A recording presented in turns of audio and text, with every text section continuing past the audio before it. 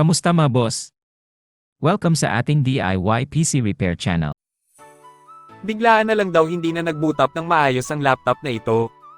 Paulit-ulit at palagi lang bumabalik sa automatic repair. Bago tayo mag-reformat, subukan muna natin i-repair ang OS. Marami naman paraan sa pagre-repair ng OS. Gagawin muna natin ang pinakamadali. Gagamit lang tayo ng bootable flash drive.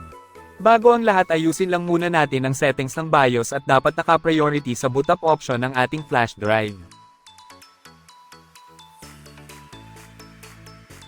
After mag-boot up sa flash drive, piliin lang natin ang troubleshoot at pagkatapos ay ang system restore.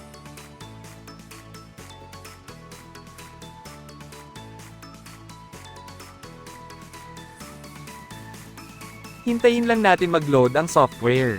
Sa part na ito, maaari na tayong mag-select ng restore point.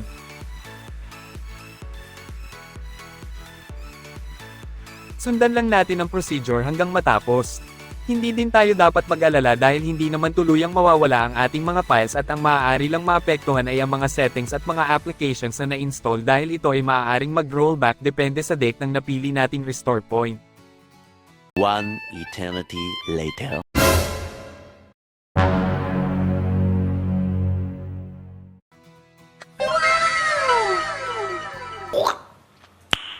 Nice. Successful ang system restore at nag-load na ulit ng normal ang Windows. Basic lang, di ba? Sana ay may natutunan kayo. Salamat sa panonood mga boss.